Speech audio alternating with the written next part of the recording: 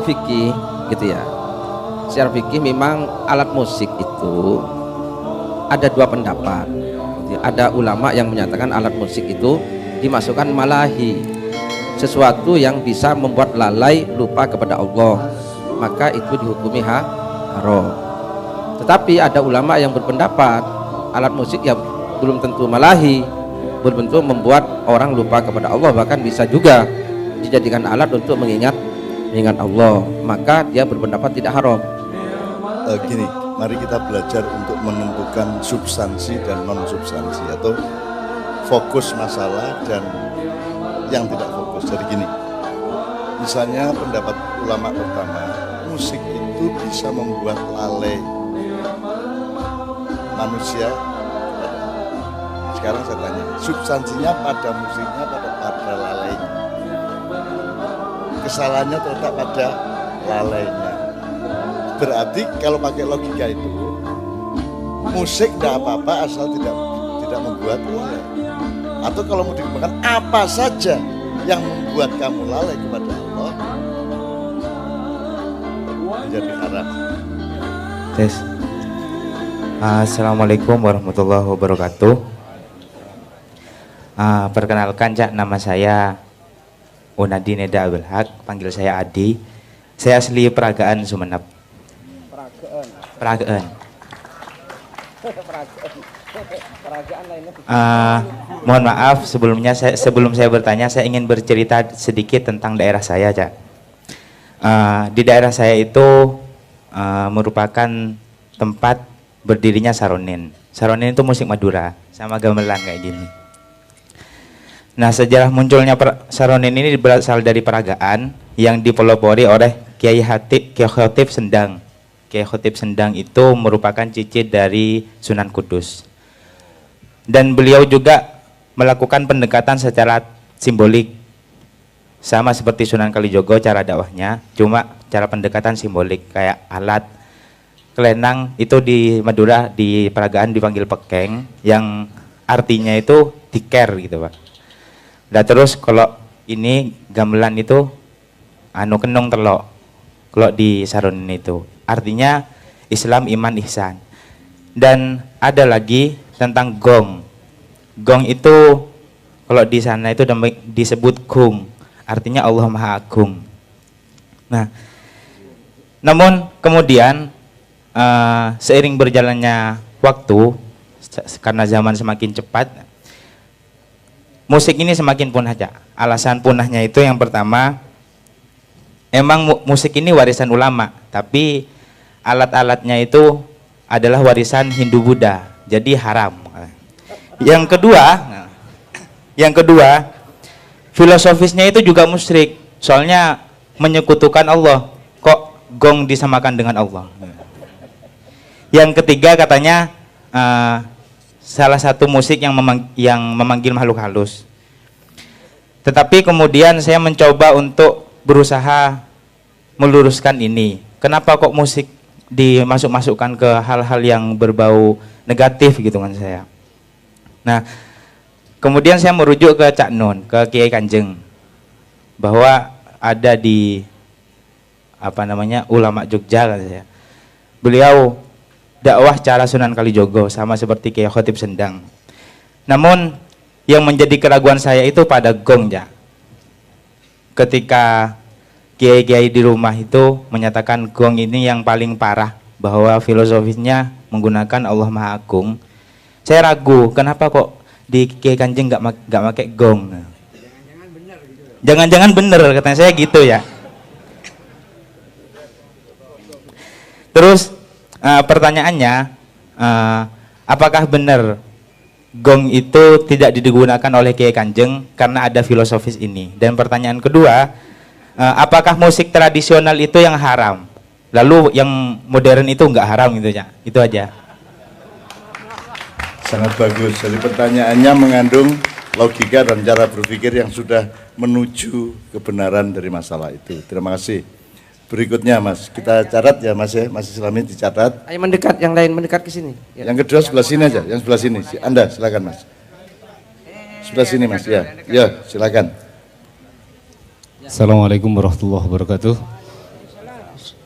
salam tawadhu sebelumnya ada panjenenganipun Kiai Imam sama salam tawadhu da Mbah Nun. Nama saya Muhammad Sodik.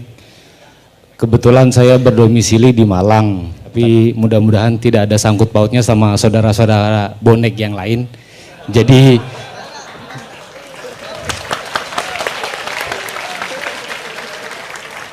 persilakan nanti setelah selesai acara saya dipulangkan dengan aman gitu. Kebetulan saya putra daerah Bangkalan, cuma karena Allah menempatkan saya mendapatkan jodoh orang Malang, jadi ya koma gitu. Tapi tetap walaupun saya bernaung di langit Jawa, karena pada hakikatnya darah Madura saya tidak bisa membohongi diri saya kalau saya itu penuh ambisi dan obsesi, walaupun saya tidak punya pendidikan tinggi gitu. Jadi saya naik ke panggung Nun Sewu, sebenarnya demam, tapi saya paksakan karena saya kepingin berdekatan sama beliau-beliau ini, dan insya Allah nanti di surga tetap Allah dekatkan kami juga gitu. Amin Allah. Nun Sewu, saya ke panggung ini bukan bertanya tujuannya, tapi karena rindu. Jadi saya membantu memberi solusi saja untuk negara ini gitu. Waduh, mantap. Orang Madura ya. Ini orang Madura yang berpikir Indonesia. Iya. Koma, iya.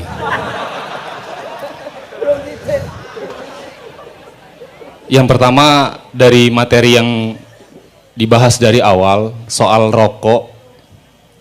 Kenapa Al-Mufrullah Syekhana Muhammad Khalil Kadinto menganjurkan yang disebut tadi itu membuat rokok untuk orang Madura dan NU, dan saya yakini itu sampai sekarang tetap jadi tagline di mana-mana dengan ejaan lama, dimanapun tulisannya pasti NO smoking gitu.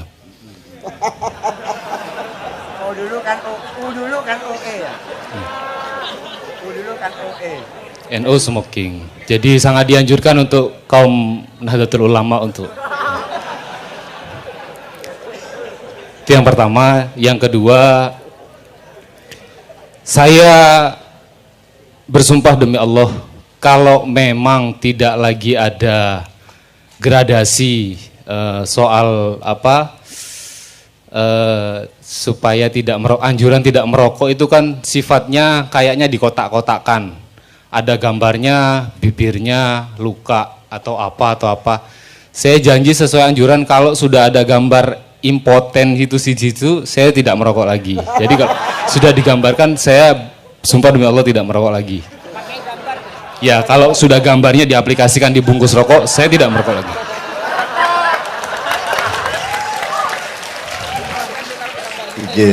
Iya, Madura dilawan.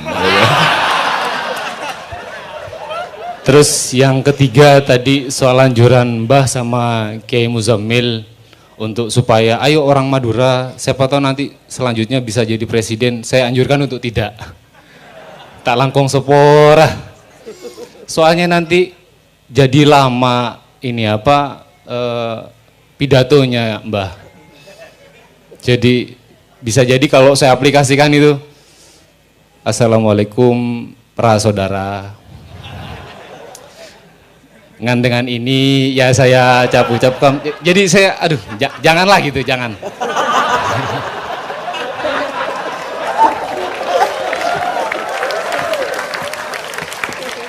Jadi ribet, tapi ya untungnya untuk kita yang di akar rumput walaupun jual sayur itu rumahnya gedung, padahal kita bahasanya satu separuh. Yur sayur gitu udah bisa beli mobil. Bayangan kalau kita pengucapannya sayur-sayur, wah rumahnya bakal tingkat 3 mungkin. Ya, jadi kalau anjuran saya mbok jangan jadi presiden, tapi jadi Kapolres. Masa Kapolres dari Tapanuli Selatan? Mohon maaf Bapak, mohon izin. Oh sudah alhamdulillah. Enggak, takutnya kan ini direkam teman-teman. Terus yang paling krusial adalah soal tadi bahasan tentang capres. Ini mungkin solusi sebagai orang Madura yang Kiai Tak Langkong, apa bahasanya tadi itu? Khoyal. Al-Akhlul Khayal, Masya Allah. Itu jadi gambaran saya tadi, saya di bawah tadi sempat ketentangan bunyai. Jadi sempat ada sekat tadi sebentar, sempat blank, tapi ya alhamdulillah nyambung lagi. Saya mau anjurkan gini loh, Bawaslu itu buat apa repot-repot, bikin ini, bikin itu, bikin segala macam. Mbok ya, ini kan yang punya hajat 2 orang yang berkeinginan banget.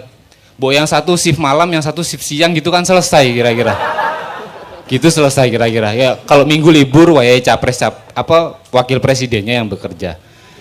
Itu saja solusi dari orang Madura ini. Dengan segala kesederhananya, Assalamualaikum warahmatullahi wabarakatuh. Tak Langkong, tretan bonek, saya nggak ada urusan sama Arema.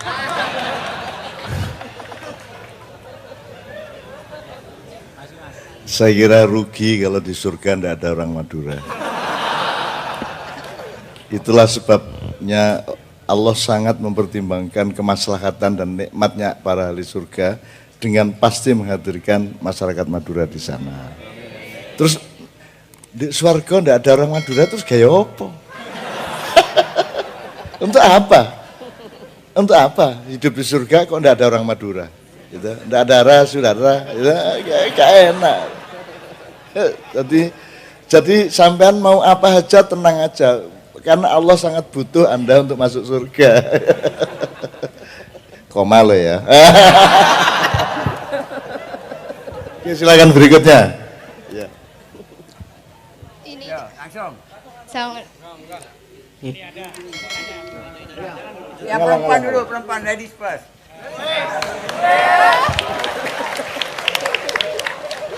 Terima kasih.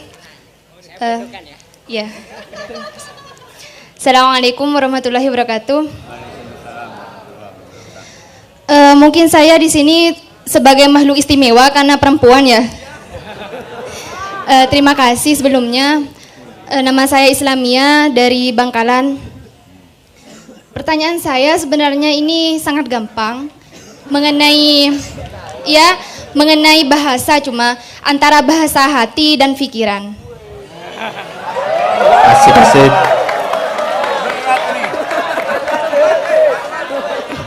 Karena di sini saya sangat sulit untuk membedakan ketika hati itu berbicara kapan dan pikiran berkecamuk itu kapan. Karena saya pernah mendengar kalau hati itu menjadi raja, sedangkan akal itu menjadi panglima.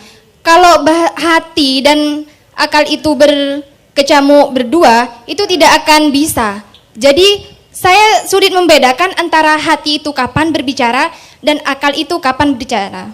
Terima kasih. Unsur lain tidak ditanyakan? Apa? Loh, kalau Adam dulu kan ditiup 3 kali setelah dibikin patungnya oleh malaikat Israel, terus Allah meniup 3 kali. Pertama ditiup tengahnya, hati, terus Nabi Adam batuk, bahing ya. Alhamdulillah, terus malaikat lain, yarhamukallah, terus Nabi Adam membalas, yahdikumullah yahdikum balakum. Terus ditiup bawahnya. Iya. Bawahnya. Koma lo ya. Nah, karena hati ini selalu diganggu-ganggu oleh bawahnya, ya, maka ditiuplah yang ketiga, yaitu kepalanya, supaya ada kerjasama. Sebab kalau Anda tidak punya akal pikiran di kepala, yang ditiup ketiga tadi itu, Anda tidak punya regulasi, Anda tidak punya ukuran, gitu ya. Hati maunya makan berapapun dimakan, gitu. Tidak ada batasnya hati kemauan itu. Maka pikiran membatasinya. Oh, kamu segini aja makannya, kamu jangan makan itu, makan ini aja, gitu loh. Nah, itu yang saya maksud unsur yang lain. Karena kalau bawahnya ini minta terus.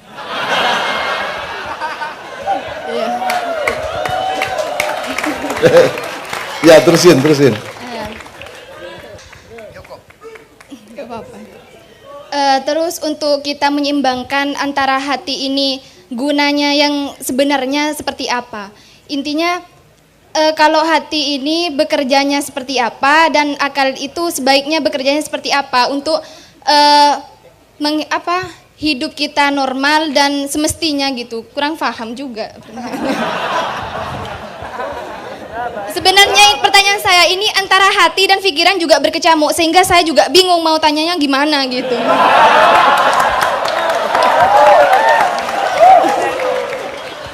Untung yang berkecamuk cuma 2, bayangin kalau 3 ya. Pak Muzamil itu pakai sarung karena yang ketiga berkecamuk terus.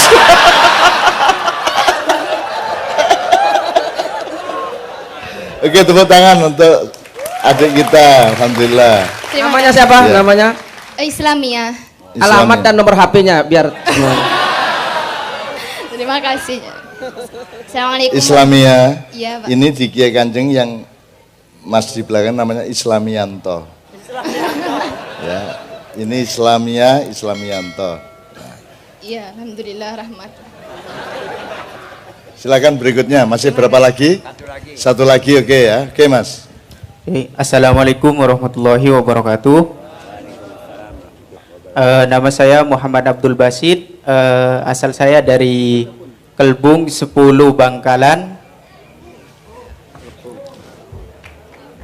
Mana tepuk tangannya dulu?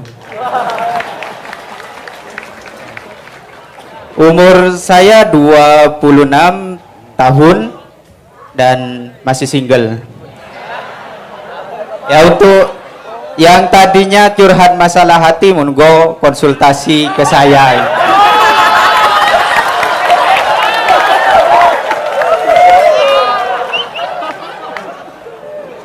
Ya, saya tidak akan bertanya panjang lebar, cukup boleh kenalan langsung nikah enggak?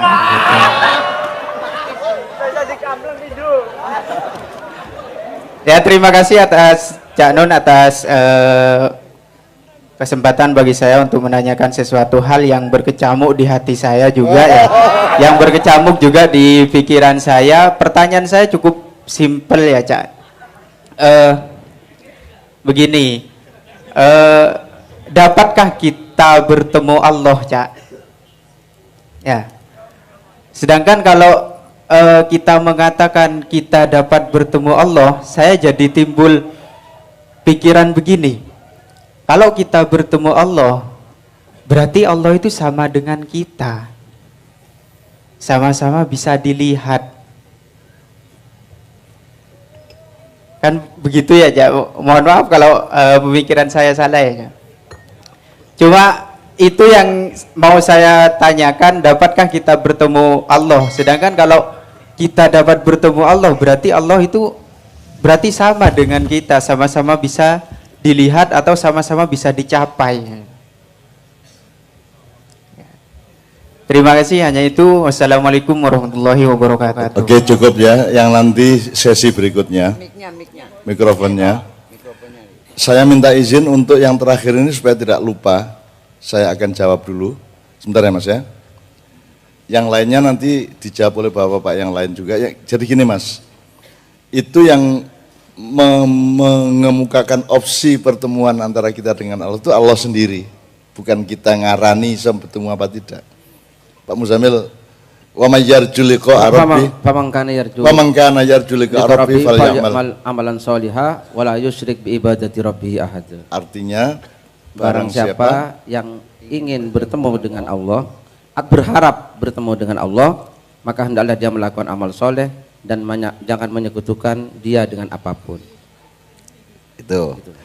Jadi soal opsi bertemu ini Allah sendiri yang menawarkan, satu ya. Jadi nggak bisa dibantah. Nomor 2, tinggal bentuk pertemuannya itu bagaimana supaya pertanyaan Anda bisa terjawab. Apakah pertemuannya itu material, fisikal, jasadiah, ada fisikanya, ada biologinya, atau ada pertemuan yang bentuknya kita belum tahu. Gak tahu bentuknya bagaimana, supaya ya belum tahu namanya gimana, kita nggak tahu. Tapi pokoknya bertemu. Nah, kalau saya nikmati nggak tahu itu. Kalau saya sekarang tahu pertemuan dengan Allah terus jadi tanya seperti Anda. Daripada nanya gitu mending dijelaskan sama Islamnya, dicari rumahnya. Daripada menanyakan mengenai bentuk pertemuan dengan Allah bagaimana, ya itu kan mubazir sampean. Wong sing yang enak itu kita nggak tahu kok, penasaran kok, waduh besok gimana ya pertemuannya. Itu justru kita pelihara nggak taunya itu. Kalau Anda sudah tahu sekarang, nggak ada kerinduan lagi, nggak ada harapan lagi. Oh, Anda main kartu aja tinggal buka tapi nggak buka kok. Kalau bahasa Jogjanya diutut. Dikasih kartu kan gini kita lihatnya. Kita lihat pelan-pelan, baru main kartu. Belum liko Arab, gitu. Belum bertemu dengan Allah. Jadi menurut saya, coba mulai hari ini Anda menikmati bahwa yang nikmat adalah yang Anda belum tahu itu. Itu gunanya, betul enggak Mas? Itu gunanya wanita disuruh menutupi aurat mayoritas badannya. Bayangin kalau wanita tidak tutup aurat, terus apa gunanya jadi wanita? Bosen lama-lama. As ngunu kuwi toh, ya as ngunu kuwi, as gitu itu. Justru karena ditutup itu kita terus menerus rindu, terus menerus kangen. Nah, Anda selalu ingin jelas, nggak harus jelas. Ada sesuatu yang sebaiknya nggak jelas. Nikmatnya justru kalau tidak jelas, itu gitu loh Mas. Oke, sekarang Anda juga jangan terlalu cepat langsung melamar Islamiyah. Diulur-ulur dulu gitu kan. Datang ke rumahnya lewat-lewat dulu ya. Kira-kira 15 kali lewat dok itu ya. Terus nanti hari ke-16 baru nempel di temboknya, nempel dok, terus dapat 5 menit pulang. Terus hari ke-17 jongkok di depan rumahnya gitu. Wah, Anda nikmati. Harapan itu lebih nikmat daripada kenyataan. Betul enggak? Orang Madura itu gara-gara dunianya santri semua, kan enggak boleh pacaran. Iya. Gitu? Ya. Jadi laki-laki Madura itu selalu punya simpanan dendam kepada wanita. Lah enggak boleh pacaran di pesantren. Kawin nanti baru mengerti istrinya itu bagaimana. Tapi selama belum nikah itu enggak boleh pacaran, enggak boleh. Akhirnya dia menyimpan dendam. Begitu malam pertama dilampiaskan. Nah, coba dek jalan ke pojok sana. Bojone uduk. Coba jalan seperti Pragawati. Dikit. Pokoknya dinikmati berlama-lama. Coba lepas yang atas dikit sedikit.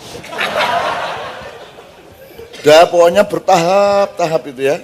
Sampai akhirnya dilepas semua baru dibaringkan. Coba jangan bergerak ya, berbaring aja.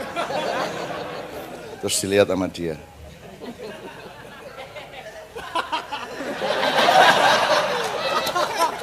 Dinikmati. Dari atas ada gunung loncat. Ya. Terus ke bawah ada lubang kecil, gitu. Ke bawah lagi loh, kira ada padang rumput.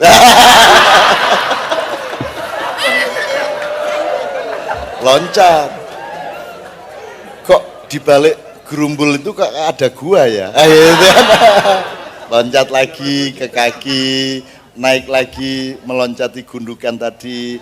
Terus karena sudah lama akhirnya cukup puas, berhentilah dia di pusat kebudayaan.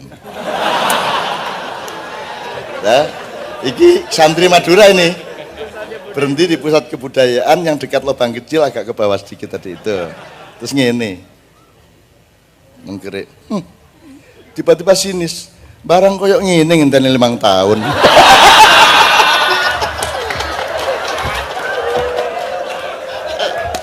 Aku seneng ya. Insya Allah orang Madura itu indah sekali. Gitu aja indahnya luar biasa coba. Ya Allah, ya Allah. Gitu ya. Mas siapa tadi namanya? Mas Basit ya. Nikmati Mas, enggak tahu itu dinikmati. Harus jelas. Ini harus jelas. Yang enak itu yang enggak begitu jelas itu loh. Coba sekarang coba joget dangdut kalau telanjang terus gini-gini. Sing bagus itu pakai kerudung. Tahu gini tak? Oh itu lebih dahsyat itu daripada mudong gini ya. Tapi pakai berukut cuman dikit tak. Waduh. Anda belum tahu politik rahasia. Oke, kita jawab. Saya ingin yang soal apa namanya tadi, gamelan, gong segala macam tadi itu dijawab oleh Kiai Madura sendiri dulu. Saya kalau perlu nambahin tak tambah dikit. Panjenengan atau Pak Muzamil, monggo. Muzamil. Lah sampean asli endi sampean? Bukan ngaku sampean. Saya nanti punya cerita, Mil. Saya ceritanya. Betul Muzamil ya. Yang soal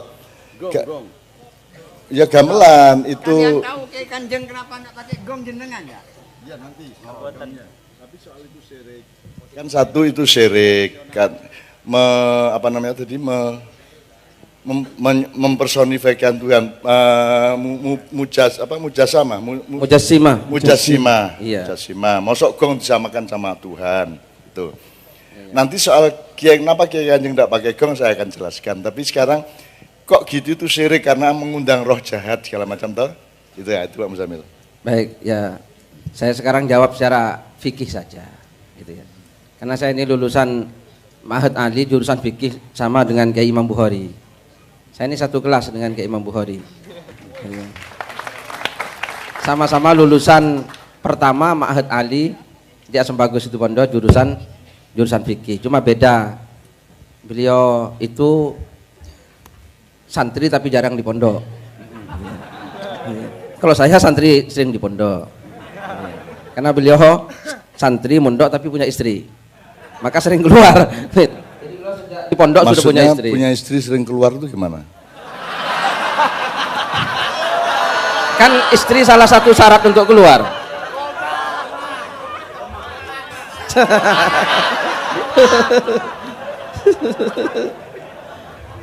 Yang jelas toh kalimatnya.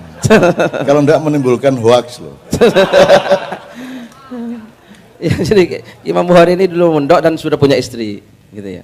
Maka beliau pokoknya sering nggak ada di pondok. Yang ada bantalnya sama selimutnya.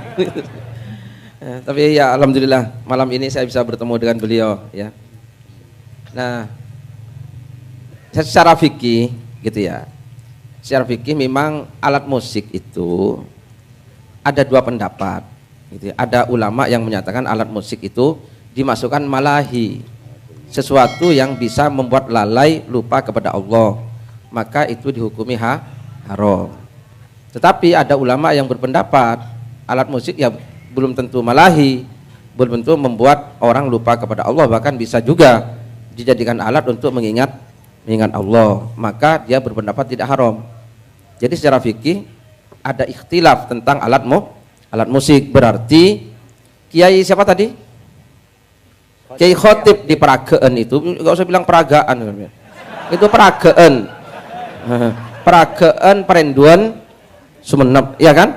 Di baratnya Al Amin ke utara itu kan? Ada pom bensin ke utara, itu Peragaan, ya kan? Ya, kalau peragaan lain, peragaan busana itu, Peragawati. Yang sering keluar itu. Yang sering keluar itu.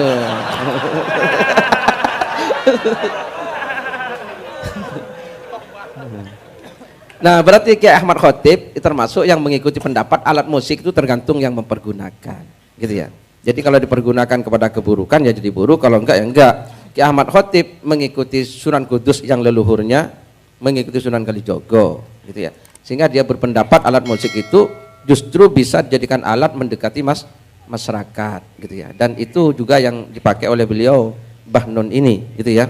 Bagaimana ini musik-musik Ki Kanjeng ini semua bukan hanya tidak haram ini musik Ki Kanjeng ini, tapi ini semua ada kuningan, ada besi, ada organ, gitar, senar, itu semua oleh beliau diajak berselawat kepada Nabi Muhammad SAW, gitu ya. Ya kan? Sehingga besok sampai kalau sudah sampai di surga sana, loh kok ada organ masuk surga? Kok ada apa gitar masuk surga? Ya itu gitarnya Ki Kanjeng. Karena ini alat ini oleh beliau ditumpai, ya, ditumpai untuk mencintai Nabi Muhammad SAW. Saya kira itu ya secara fikih begitu. Gini, mari kita belajar untuk menentukan substansi dan non substansi, atau fokus masalah dan yang tidak fokus. Jadi gini, misalnya pendapat ulama pertama, musik itu bisa membuat lalai manusia kepada Allah. Sekarang saya tanya, substansinya pada musiknya pada lalainya? Kesalahannya terletak pada lalainya. Berarti kalau pakai logika itu, musik tidak apa-apa asal tidak membuat lalai. Atau kalau mau dikembangkan, apa saja yang membuat kamu lalai kepada Allah menjadi haram. Apa? Medsos haram. Negara bikin bertengkar terus lalai sama Allah, bubarkan. Parpol bikin nafsu, nyogok-nyogok orang, gitu, bubarkan.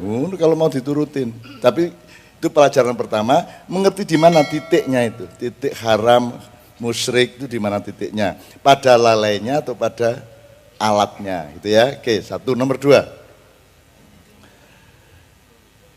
syirik adalah, ya Pak Muzamil, kalau menuhankan selain Allah. Yang menuhankan ini, misalnya gini, Lata Uzza dituhankan, maka yang menuhankan itu syirik. Lata Uzzanya ikut salah enggak? Lata Uzza masuk neraka gitu? Enggak toh, enggak salah dia. Jadi letaknya syirik itu ada di berhala, alat musik, atau di pikiran dan hati orangnya. Jadi syirik itu kelihatan enggak? Enggak kelihatan, wong itu pada anggapan orang dan konsep berpikir orang. Menuhankan itu kan peristiwa nilai, bukan benda. Yang bendanya musik. Jadi kiai yang mengharamkan memusikkan adalah orang yang tidak bisa melihat rohani. Dia hanya bisa melihat benda. Maka yang disalahkan bendanya, gamelannya, gitu loh Mas. Sama dengan ada tari, haram itu, pupune ketok, gitu kan? Karena dia hanya bisa melihat pupu, dia tidak bisa melihat keindahan.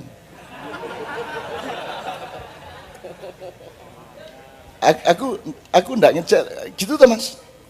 Karena dia yang tampak di mata dia hanya paha orang.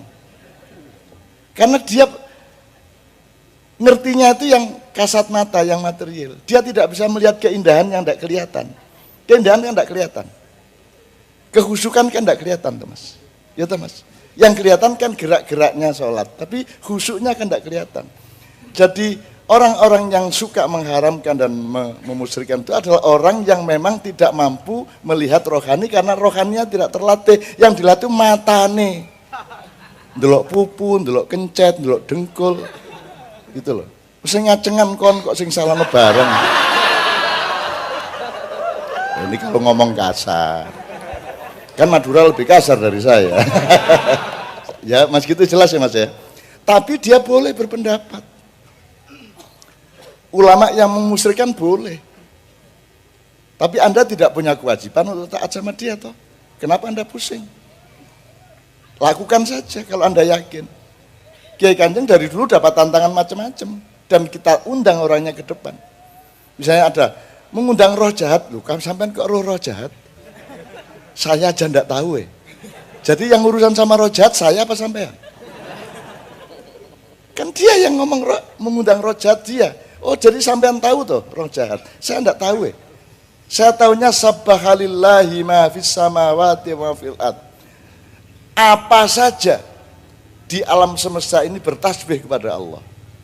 Jadi bukan hanya man fis samawati wal ard, tapi ma. Jadi kita tidak hanya dengan mulutnya manusia, mulut kita yang bersolawat, tapi semua benda kita ajak bersolawat. Punya pohon kelapa, kita jadikan alat untuk bersyukur. Kan begitu. Gong, kita jadikan alat untuk mengingat Allah. Wasilah namanya, boleh enggak? Saya melihat cacing, saya ingat Allah, baik enggak? Ya Allah kok bisa ya cacing itu keluget-keluget. Kayak punyanya si